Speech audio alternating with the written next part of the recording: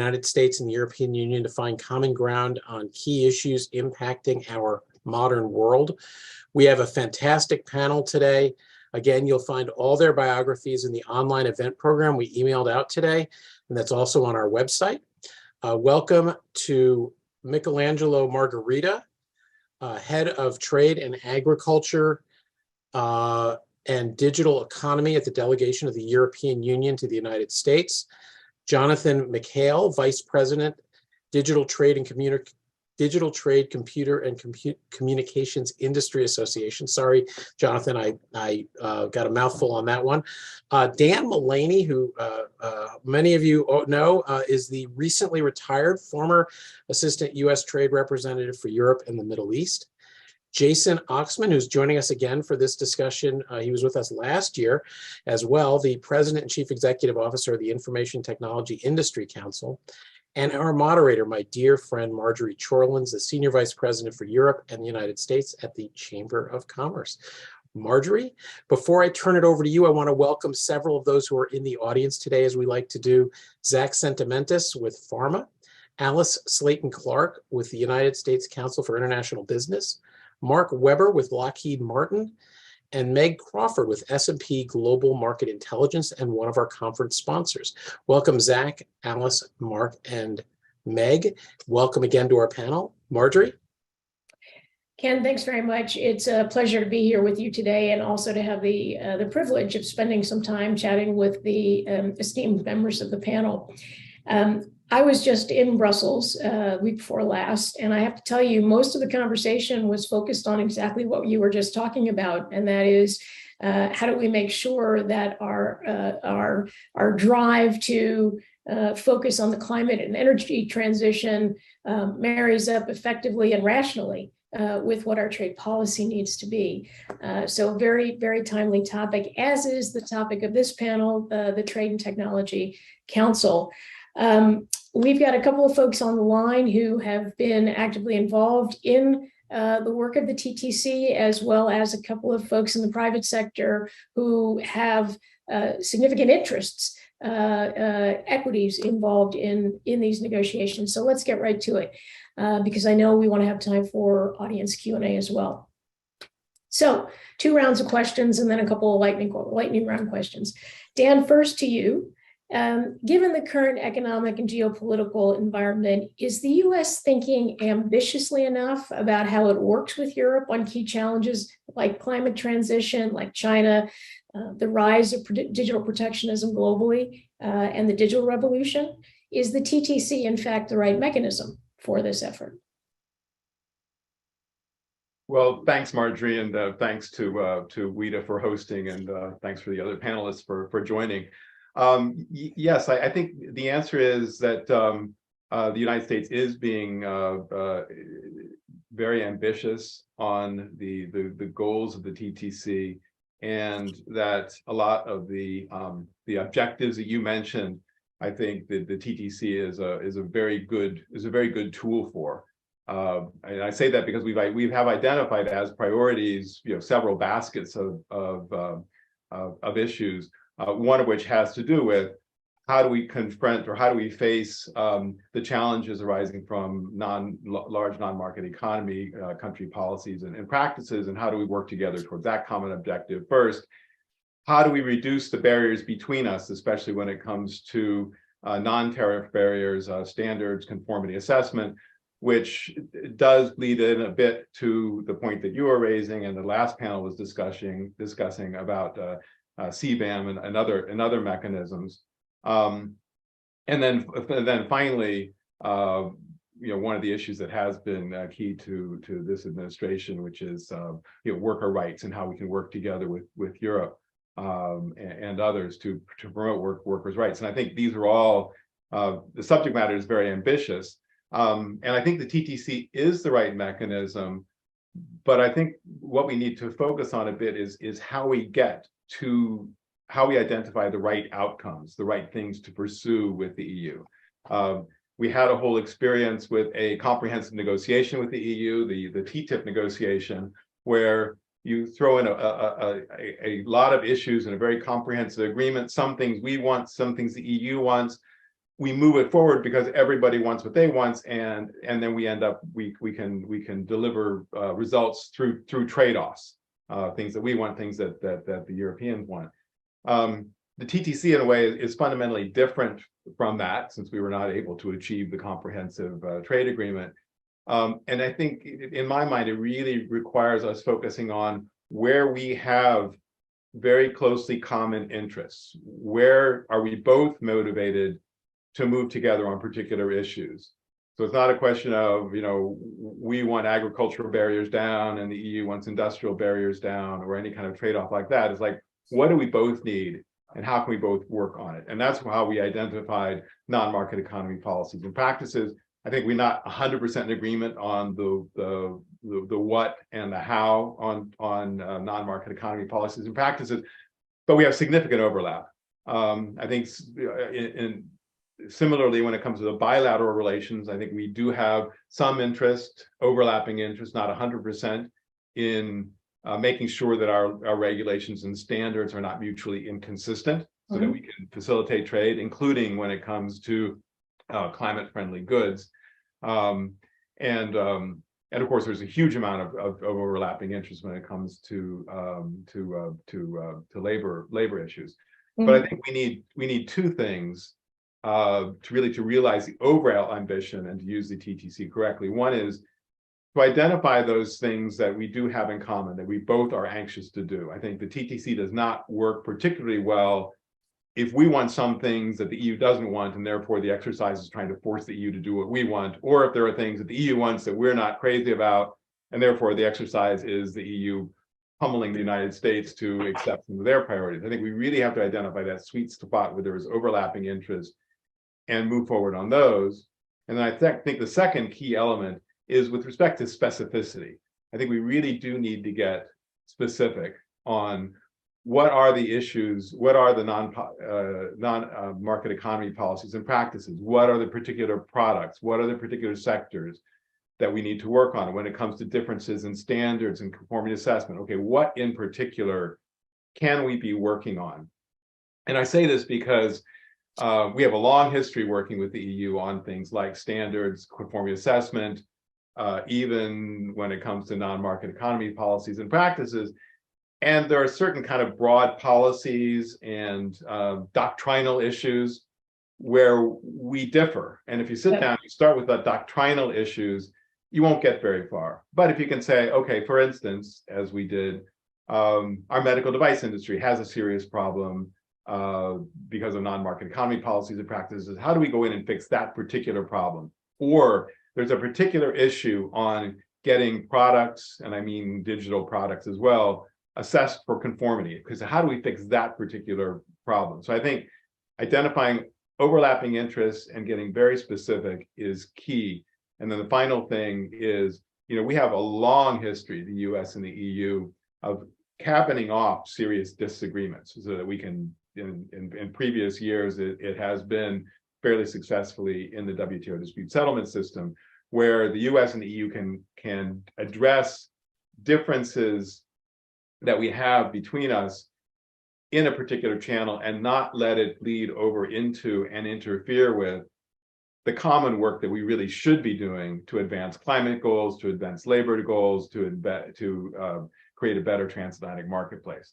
Dan, thanks very much for that. I'm going to turn to Michelangelo next, and I am going to ask folks to try to keep your answers fairly short so that we can get in as much as possible. But Dan, you did a great job setting the scene there. I'm going to come back to the point about how we use this platform in just a minute.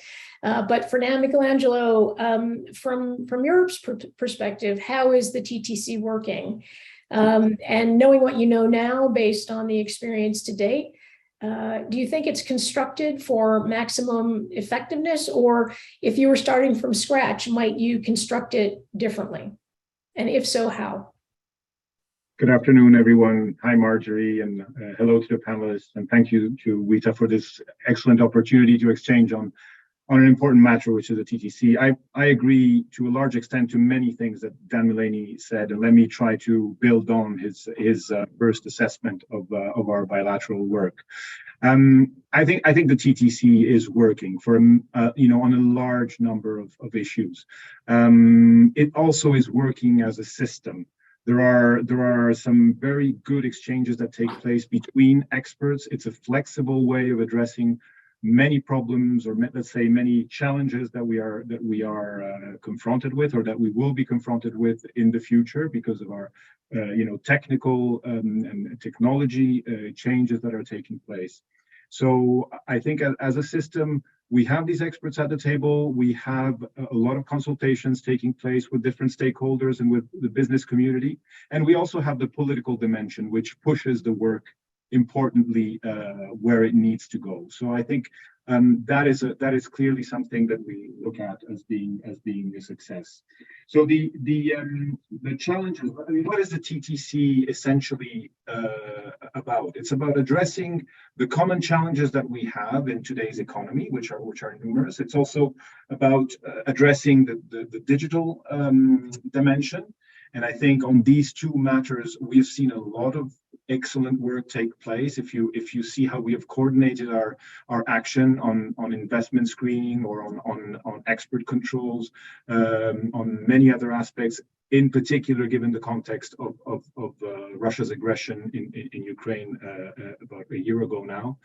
Clearly, on those aspects, there has been a lot of excellent work. There's been also excellent work in the digital sphere, because we have aligned a number of principles that we see as being very important in the future, be it on a roadmap for artificial intelligence, or the quantum task force that has been created, or the fact that we have also looked at connectivity projects, infrastructure for connectivity in third countries that, as you know, are the object also of a lot of let's say interest from many different actors on the world scene, and where we need to be present also as a transatlantic partners.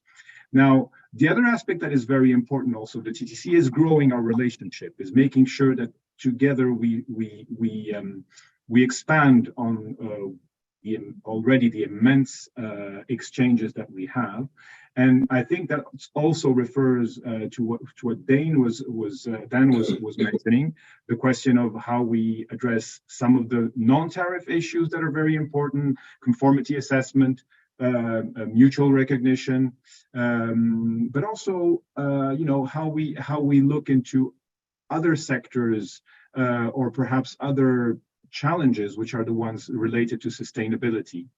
I would like to see some of the success that we have seen in digital also in the sustainability scene. So I think where we would need to work and where we would need to focus our attention in the future to improve the deliverables of the TTC is on a transatlantic initiative for sustainable trade. There are many strands of work that are taking place.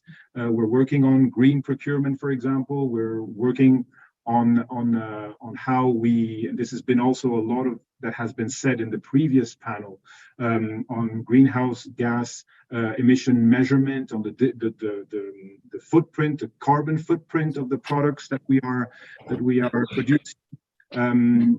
There's also many other aspects that we can try to work on, and this is something that I think would be extremely important. I think we would need to develop on, because thank you. I'm sorry to interrupt. Yeah. I'm mindful of the time, and I want to get to the other folks as well. But I think you've identified some interesting areas where there may be future work. Jonathan, I want to turn to you. From the Chamber's perspective, I can tell you that we certainly support the TTC. We have our questions about the level of ambition and also some concerns about the level of stakeholder engagement. But tell us a little bit about how your members feel about the TTC. Do they see useful outcomes so far, and do they feel included in the process? Sure. Well, as you said, we certainly welcome this initiative. We think it's critical for regulators to talk to one another, for policymakers to talk to one another.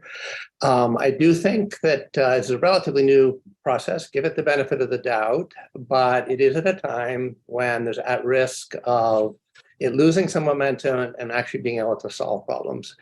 I've been involved in lots of dialogues over my years, and they do need focus and they do need the political impetus to actually get things done. And there's always a danger the ceremonial overshadows the substantive. I think to date, maybe we have hit some of the low-hanging fruit on stuff. And so the question, unfortunately, is we really do feel like we need to grapple with some of the more difficult issues that delve into what Dan calls some of the doctrinal issues. You can't avoid them. And there's no reason, particularly when you have incipient regulation as opposed to regulation that's already on the books, to have a dialogue to see if we can't land in a common space. Now, there was a mention of AI. I think that's been quite helpful. We approach this very differently than the way the EU does. I think it's really helpful to have a dialogue on how we approach things like conformity assessment and things like finding the right language, essentially, for how you deal with something that is new. That's really critical. And if you look at the outcome document, it actually reflects different approaches, which I think is helpful. What I think still is lacking is some of those other areas where we still are butting heads. I commend the EU for bringing into this forum their main complaint, for example, on the IRA. There was no hesitancy on saying, look, we think this is discriminatory. Let's stand up a task force to try and see if we can address it. That's exactly what ought to be done in some of these other areas. I have a couple of areas that I would suggest where that might apply. I'll leave that to the second part, which is where we're looking at additions to the agenda. Thanks very much, Jonathan. Jason, a similar question to you. What do you think's working? What's not working? Where would you like to see more emphasis or less emphasis? Thanks, Marjorie. Great to be with you. And thanks to Ken and WITA for putting on another terrific event. Look, I'll start with the good news. ITI is the T, or the second T in the Trade and Technology Council. We're the trade association of the tech industry. We're strong supporters of the TTC. We actually were the first association to propose it as a body. We love it as a vehicle for dialogue between the EU and the US. And we all know, as Jonathan just mentioned, that strengthening the EU-US transatlantic relationship has never been more important than it is right now. The TTC is the obvious body for us to pursue that greater transatlantic cooperation. So that's the good news. The second piece of good news is we've now had 3 ministerials. They've been to date full of some positive discussions and some positive developments, particularly as to AI and semiconductor supply chains. That's been good news. A little bit on standards development, which has also been positive. But, and here's where the but comes in, as we head into Sweden in May, I think we need to deepen the discussion and really set some long-term ambitions a little higher. So here's where I come to the second part of your question, what we're concerned about. Look, we need to discuss tough issues. That's the sign of a strong partnership. The fact that we're doing that in the TTC is a good thing. But the first T in the TTC is trade, and we're not seeing a lot of discussion about trade outcomes, in particular market access provisions, work related to trade facilitation tools. It's been limited in impact, and as Jonathan noted, a lot of the discussion has been about discriminatory practices that one side is accusing the other of engaging in, or focused on innovation stifling policies that either the EU or the US has been talking about or has implemented. So what I'm really looking for in the TTC going forward is really tackling bilateral trade disputes and discussing ways to mitigate or avoid entirely the kind of disputes that we've seen recently. So what can we do in the TTC? Let's set the goals a little bit higher, pave the way maybe for some binding trade commitments and have more discussion around trade, speaking specifically about non-discriminatory treatment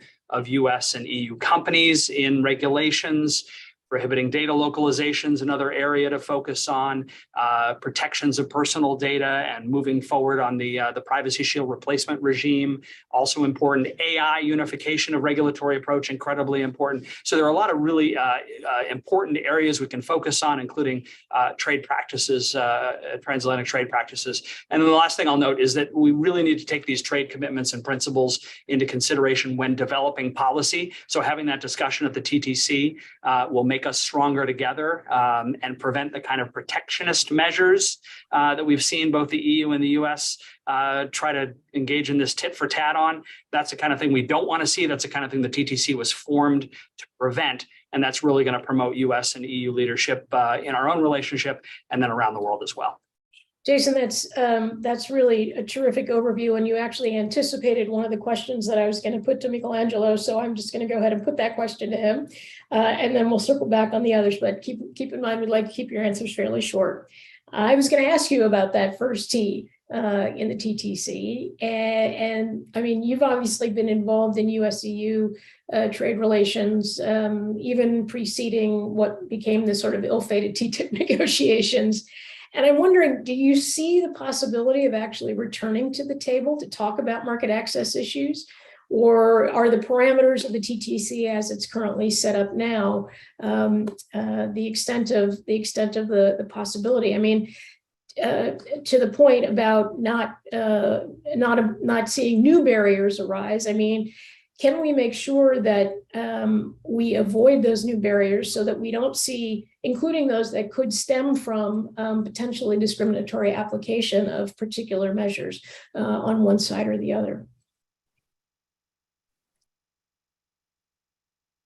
Well, I would certainly agree that the first T of the TTC, the trade part has not been particularly performing, and we definitely think that this should be improved. And on the question of whether we have the right context to prevent discriminatory measures from appearing, I mean, I would absolutely agree on that, simply by taking the Inflation Reduction Act and saying that the TTC has not prevented the appearance of discriminatory provisions in the Inflation Reduction Act, even though we welcome the legislation as a huge step of the U.S. in the direction of climate change. So there is clearly a contradiction to a degree there that I would like to point at. The fact that we have in the TTC the working groups that are supposed to address the question of supply chains and critical minerals, also recycling, things that are key to developing our bilateral relationship and developing this transatlantic market for clean energy and clean technologies. But the Inflation Reduction Act, to an extent, flies in the face of the transatlantic market on critical minerals or on recycling. And I think that is something that we certainly should improve. To your question, Marjorie, regarding the possibility of moving back to the days of TTIP, I think we're not there. Clearly, there's been fundamental changes in the international context since the TTIP times. We've been through many shocks to the world economy and to the transatlantic economy, and I think this has created a context in which market access, of course, remains a crucial aspect, but has been to a degree mitigated by other elements that are now extremely important in both our constituencies, let's say, list of priorities. We've moved from basically a world economy that is focused on resilience rather than efficiency. So I think the priorities now are to address the questions related to supply chains. How is technology going to help us trade better, trade in a more sustainable way? These are the things that we need to address. This doesn't mean that the EU is no longer interested in market access. We're negotiating FTAs with many countries in the world, but I think in the transatlantic relationship there are issues also related to our domestic political environments that we need to work on should we look into future market access negotiations. Thanks very much, Michelangelo. Dan, I want to turn to you and sort of build a little bit on that question. I mean, Michelangelo mentioned the fact that the TTC was a good platform for at least raising the concerns about the Inflation Reduction Act and then setting off on a separate task force to address that. It's not clear to me anyway that the same amount of concern that business has about some of the potentially discriminatory policies that we see coming out of the EU are being addressed with the same vigor. And I'm wondering if the TTC shouldn't be the venue to be pressing for these engagements. I'm thinking, for example, about the EU Cybersecurity Certification Scheme or possibly CBAM, the Data Act is, just a couple of examples. What's your take? Yeah, thanks.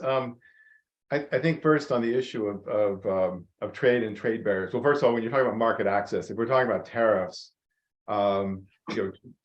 generally under WTO rules, you need a comprehensive agreement like a TTIP to do tariffs. So we're talking about tariff reduction. Right. There is like this ongoing discussion on the global forum, steel and aluminum, which we'll see where that goes. But I think generally, we were talking about tariffs, you're talking about a comprehensive trade agreement, which we're not engaged in now. You can argue whether that's a good thing or a bad thing, but we're not. But I do think in terms of market access, broadly speaking, I mean, the whole, working together on consistent standards, I mean, that's market access. Conformity assessment, that's market access. I think trade certainly encompasses things that we do to work against unfair trade practices from non-market economy countries, whether or not they're cognizable legally under the WTO. That's a quintessential trade objective. So I think a huge amount of what we're doing actually is trade and not just technology. And of course, when it comes to technological standards, that's a mix of technology and trade. I think that where we do have disagreements, we clearly need to raise those.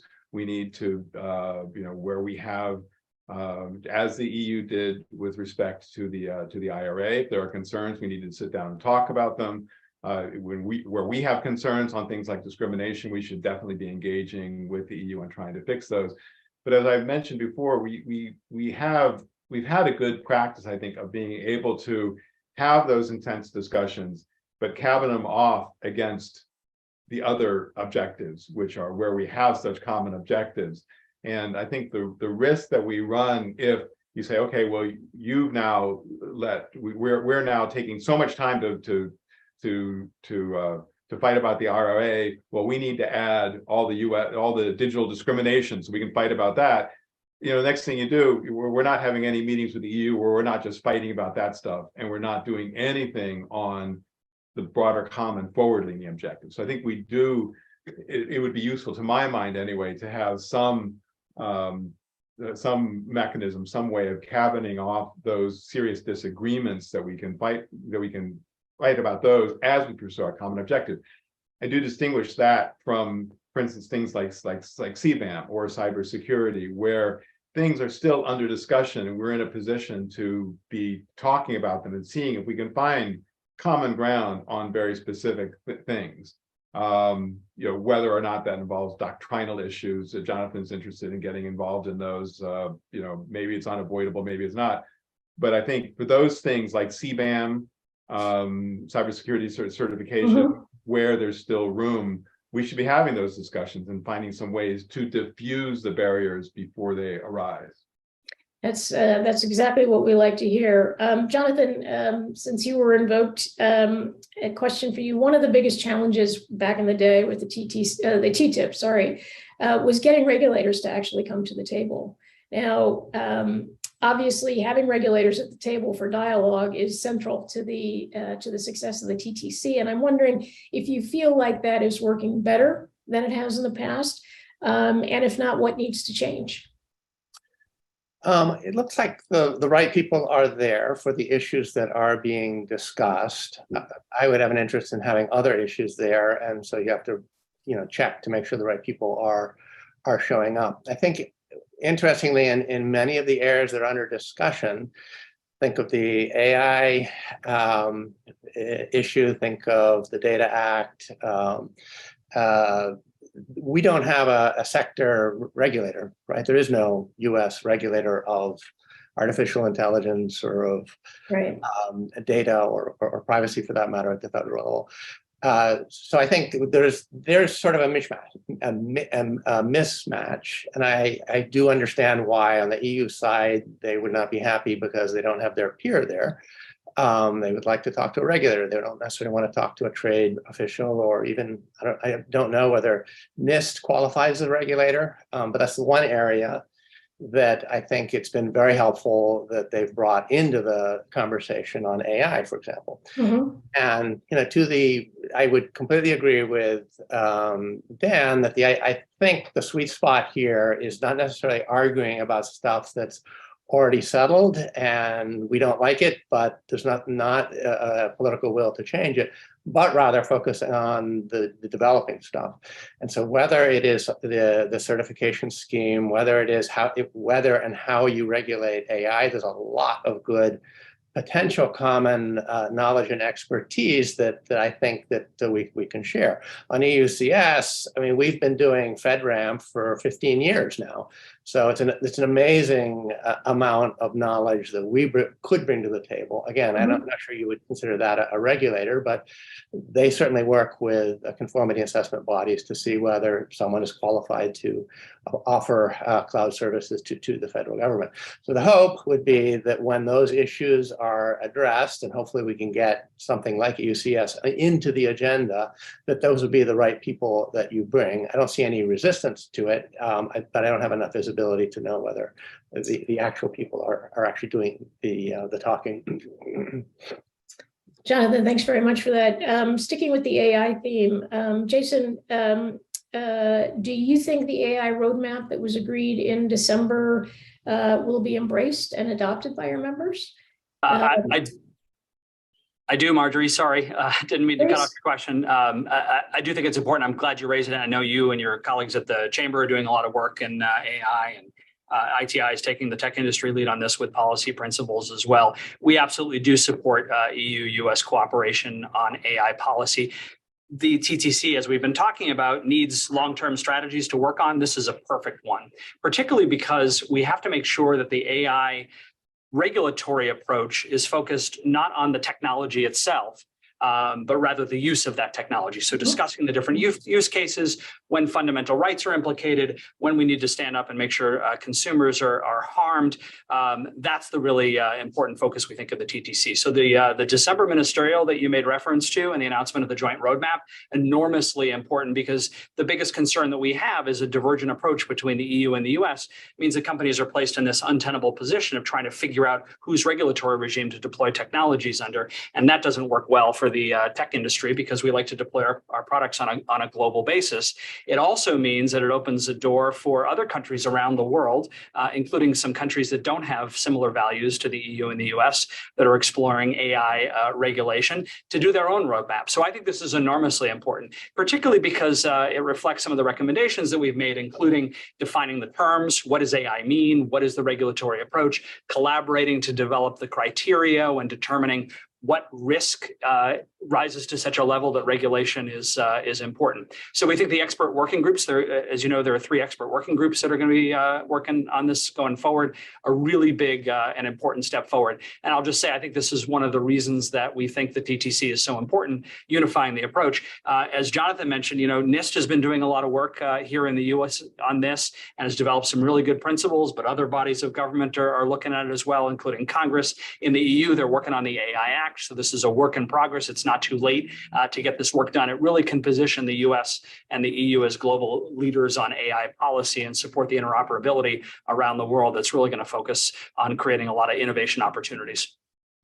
That's fantastic. Thank you so much. So now I'm going to do a quick lightning round of 2 questions, just like a 30-second answer from each of you. Dan, I'll start with you. Well, no, actually, I'm going to start backwards. I'm going to go backwards. Jason, I'm going to start with you.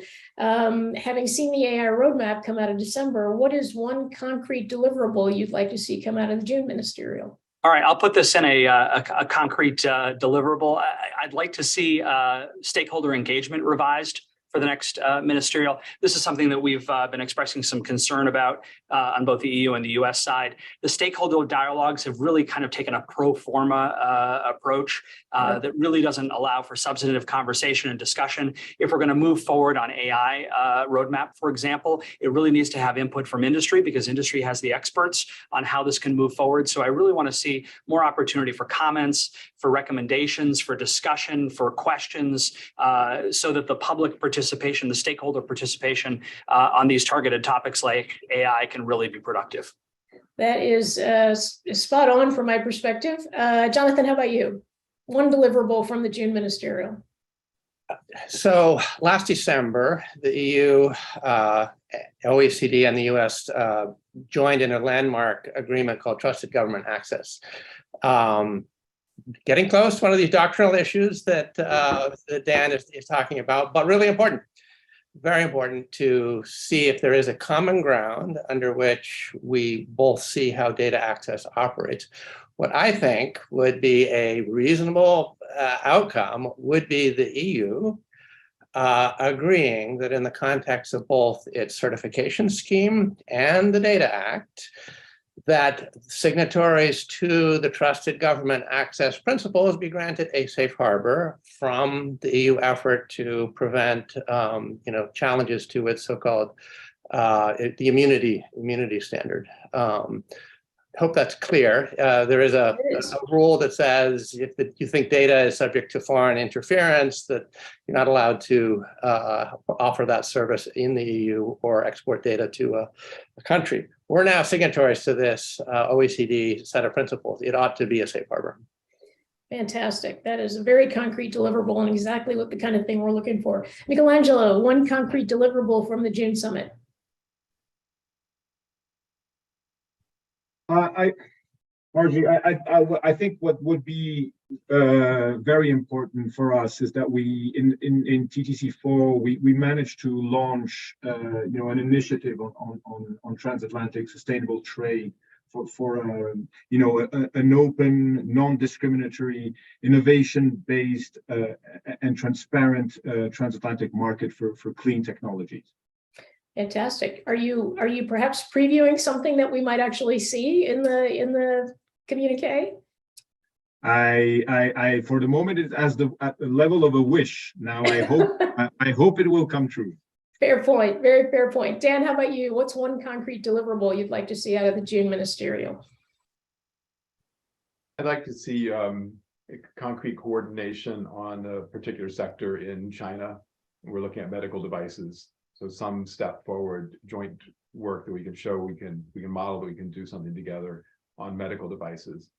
My second deliverable would be something to agree on participation in standards development on both sides, so we don't end up with inconsistent standards on either side of the Atlantic. Couple that with conformity assessment. Plus conformity assessment since it's Christmas. Well, it's important to dream big. Okay, last quick question for everybody before we wrap up. Let's start with you, Dan. What's one topic not currently on the TTC agenda that you think should be there? I think the TTC agenda is plenty broad to cover the things. I wouldn't add anything to it. I'd fill out specific things in the topic areas that we've identified. Something specific on standards, specific on core assessment, specific on China. Fantastic. Michelangelo, how about you? Yeah, I would agree. I mean, the amount of work that is being done on so many different sectors is really impressive, and we are scouting for new topics, for new areas where we can do mutual recognition or conformity assessment in a mutually beneficial way. So I would just hope that we find new areas where we can cooperate even better. Fantastic. Jason? I'll pick one. I'll take cybersecurity as a new one, and I'll even suggest where it goes. Working Group 4 on ICT security and competitiveness, and Working Group 10 on global trade challenges. Cybersecurity is crucial to the development and deployment of technology around the world. It's notably absent from the 10 working group list as a deliverable. It can be very easily incorporated, cybersecurity can, into existing work streams to talk about cybersecurity through the ecosystem on device integrity, for example, in Working Group 4, or perhaps in Working Group 10 to talk about how cybersecurity is being used as an excuse to adopt data localization policies, which we don't want to see. But cybersecurity is the one I'd add to the list. Fantastic. Jonathan, how about you? I will endorse Jason's suggestion, but I think, and I may be wrong, I may already be there, but I think the Data Act does have what is essentially an adequacy regime for non-personal data that it is setting up. I'm not sure that is being addressed. What are the standards under which non-personal data can go from the EU to the US? Now, the Data Act is not done yet, so this is again one of those incipient areas that would benefit from having some preliminary conversation so it doesn't go in the wrong direction. Fantastic. Okay, well, I know we're nearing the end of our slot here, so let me just, if I can, try to summarize. I think there continues to be enthusiasm for the Trade and Technology Council and acknowledgement that a lot of work is being done. There is, I think, a recognition that more specificity to some of the outcomes would be very welcome. We've gotten a couple of examples from Jason and Jonathan where more specific deliverables might make sense. Of course, Michelangelo also talking about a possible joint initiative on sustainable trade. I think I come away from this conversation feeling hopeful about the TTC. I do wish that there was more robust conversation about some of the policies that give us pause, if for no other reason than to raise them and then take them into onto a separate track as we did with the Inflation Reduction Act. But I, for one, am looking forward to the June ministerial. I have to say, I cannot endorse strongly enough Jason's comments about the importance of stakeholder engagement. We'd like to see more of that from both sides of the Atlantic. There are portals, I know, and opportunities to reach out. I think the main concern is about folks putting stuff on the table or putting it into those portals, but then there not being a lot of follow-up conversations. So hopefully, as we launch on even some of these new initiatives, maybe on sustainable trade, we'll have an opportunity for business to be at the table to help shape the objectives and the potential outcomes to really make a difference as we strive to accomplish various policy objectives. So with that, Ken, over to you. Thank you very much. Thanks to those of you who asked questions that Marjorie wove into the discussion already. There's a couple spillover questions that we might get to in the next session as well. I got to say something, Marjorie and team. First time we've ever had a WITA webinar where the phrase conformity assessments got a chuckle from the panel. But WITA has a wonky trade crowd, so I'm sure they appreciated the humor that came through in the committee between all our panelists. Really grateful to all of you for joining us. Thank you so much. Really fruitful conversation. Looking forward. I think we're all looking forward to the next round of the TTC. So thank you very much for joining us.